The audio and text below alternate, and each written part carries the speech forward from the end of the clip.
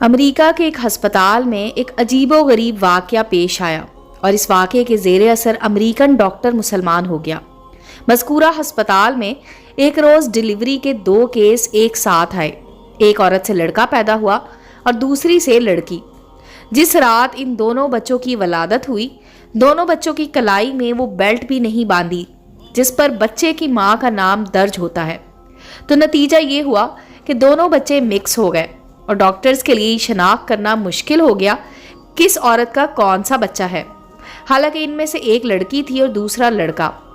ولادت کی نگرانی کرنے والے ڈاکٹرز کی ٹیم میں ایک مسلمان مصری ڈاکٹر تھا جس کو اپنے فن میں بڑی مہارت حاصل تھی۔ اتفاق سے نگران ڈاکٹر موقع پر موجود نہیں تھا اور امریکن ڈاکٹر سے اس کی بڑی اچھی شناسائی تھی اور اپنے سٹاف کے ایک امریکی ڈاکٹر سے گہری دوستی تھی۔ دونوں ڈاکٹر سخت پریشان تھے کہ اس مشکل کا حل کیسے نکالا جائے۔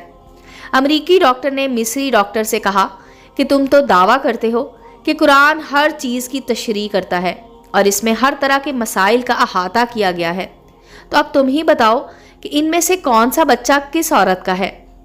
مصری ڈاکٹر نے کہا کہ ہاں، قرآن مجید بے شک ہر معاملے میں نص ہے اور میں اسے آپ کو ثابت کر کے دکھاؤں گا، مگر مجھے ذرا موقع دیجیے کہ میں پہلے خود اس معاملے میں اطمینان حاصل کر لوں۔ چنانچہ مصری ڈاکٹر نے باقاعدہ اس مقصد کے لیے مصر کا سفر کیا اور جامع ازہر کے بعض شیوخ سے اس مسئلے میں استفسار کیا اور امریکن ڈاکٹر کے ساتھ کی گئی بات چیت کی رداد بھی پیش کی۔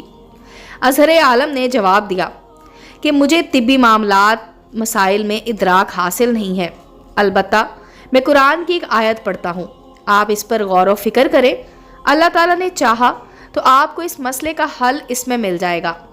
چنانچہ اس عالم نے درج ذیل آیت پڑھ کر سنائی جس کا ترجمہ ہے، مرد کا حصہ 2 عورتوں کے برابر ہے۔ مصری ڈاکٹر نے اس آیت میں غور و تفکر کرنا شروع کر دیا اور گہرائی میں جانے پر اسے اس مشکل کا حل بالآخر مل ہی گیا۔ چنانچہ وہ لوٹ کر امریکہ آیا اور اپنے دوست ڈاکٹر کو اعتماد بھرے لہجے میں بتایا کہ قرآن نے ثابت کر دیا ہے کہ ان دونوں میں سے کون کس ماں کا بچہ ہے۔ امریکن ڈاکٹر نے بڑی حیرت سے پوچھا کہ یہ کس طرح ممکن ہے۔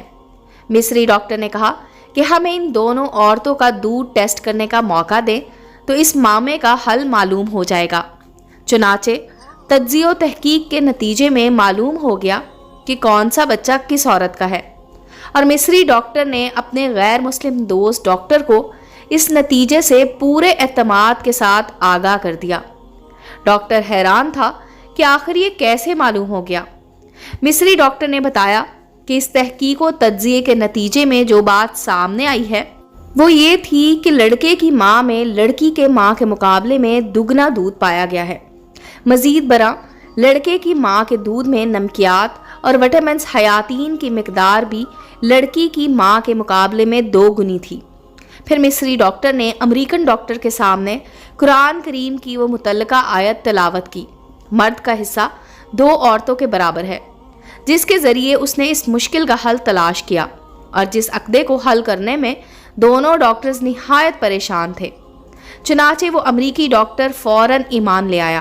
امید ہے دوستو سٹوری اچھی لگی ہوگی۔ چینل کو لائک اور سبسکرائب کریں اور بیل آئیکن کا بٹن دبانا مت بھولیں تاکہ ہر نئے آنے والی سٹوری کا نوٹیفیکیشن آپ کو مل سکے۔ ملتے ہیں اگلی سٹوری کے ساتھ۔